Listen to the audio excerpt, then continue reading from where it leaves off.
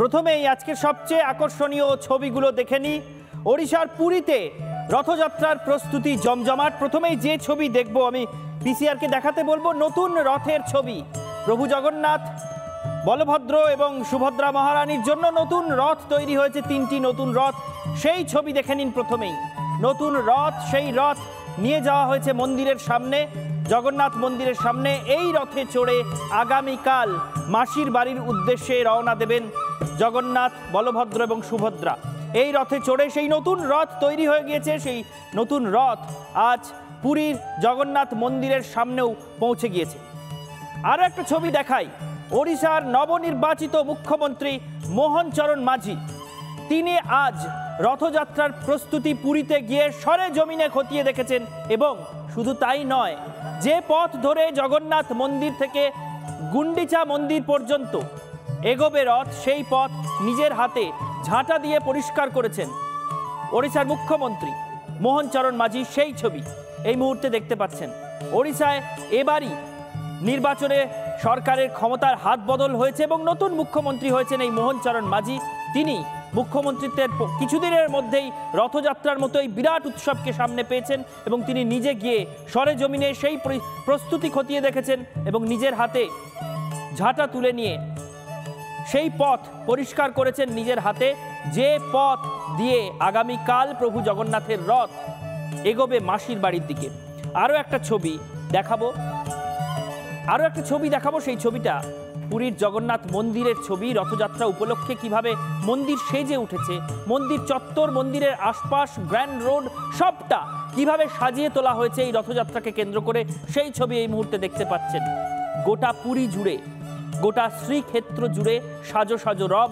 প্রভু জগন্নাথ রওনা দেবেন আগামীকাল রথে চড়ে মাসির বাড়ির উদ্দেশ্যে। প্রতি বছরই রথযাত্রার দিন জগন্নাথ মন্দির থেকে প্রভু জগন্নাথ রওনা দেন মাসির বাড়ির দিকে, কিন্তু এবার অবকাশটা একটু অন্য রকম। কারণ অন্যান্য বছর একদিনেই রথ পৌঁছে যায় জগন্নাথ মন্দির থেকে গুন্ডিচা মন্দির পর্যন্ত, কিন্তু এবার তিথি এমনভাবেই পড়েছে, এমন সময়েই সমস্ত আচার অনুষ্ঠান শুরু হচ্ছে যাতে রথের রশিতে টান পড়তে বিকেল হয়ে যাবে এবং সূর্যাস্তের আগে রথ মাসির বাড়ি পর্যন্ত পৌঁছবে না, যে কারণে মাঝপথেই থেমে যাবে রথ।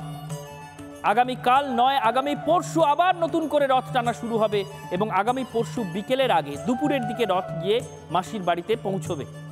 ফলে এবার পুরীতে আয়োজনটা অবশ্যই অন্যান্য বারের চেয়ে একটু আলাদা এবং যেহেতু দুদিন ধরে রথের রশিতে টান দেওয়ার সুযোগ রয়েছে ভক্তদের সামনে, তাই অন্যান্য বারের চেয়ে দ্বিগুণ সংখ্যক ভক্ত এবার চাইলে রথযাত্রায় অংশ নিতে পারেন বা রথের রশি স্পর্শ করার সুযোগ পেতে পারেন।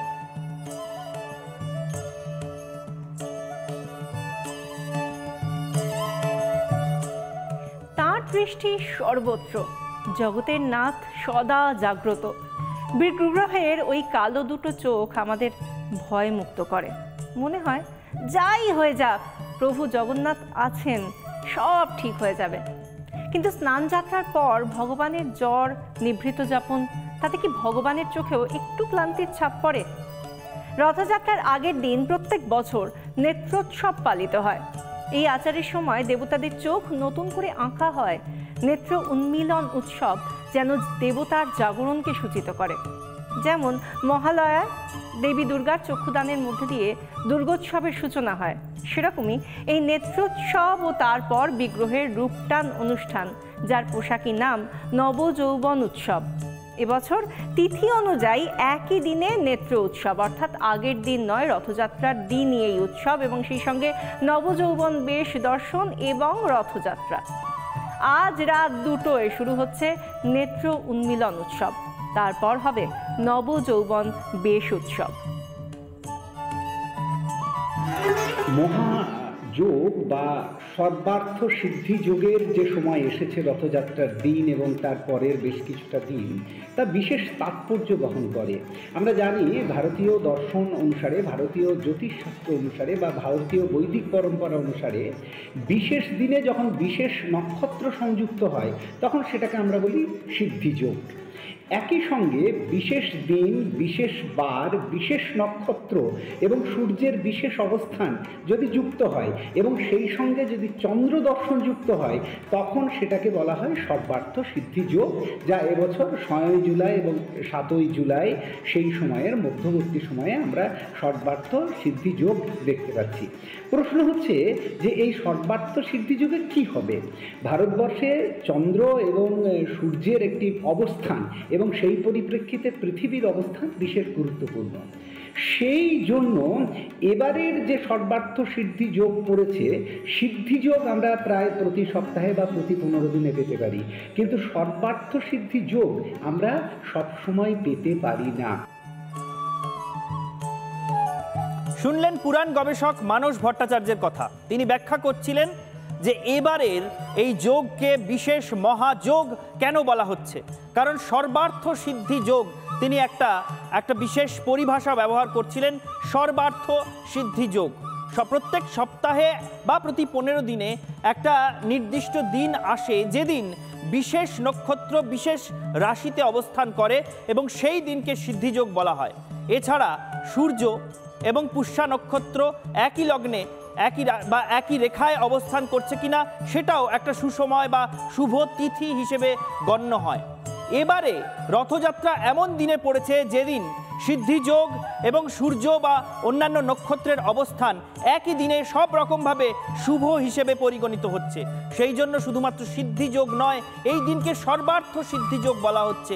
এবং এমন সময়ে রথযাত্রার আগের অন্যান্য উপাচার বা আচার অনুষ্ঠান শুরু হচ্ছে যে রথের রশিতে টান পড়ার সময় কিছুটা পিছিয়ে যাচ্ছে। যেমনটা বিশাখা একটু আগে বলছিল যে অন্যান্য বছর যেমনটা হয়, অন্যান্য বছরের রথযাত্রার আগের দিনই এই নেত্র উন্মিলন উৎসব এবং নবযৌবন বেশ সেগুলো সম্পূর্ণ হয়ে যায়, কিন্তু আজ এখনো পর্যন্ত সেগুলো সম্পূর্ণ হয়নি, বরং সেগুলো শুরুই হয়নি।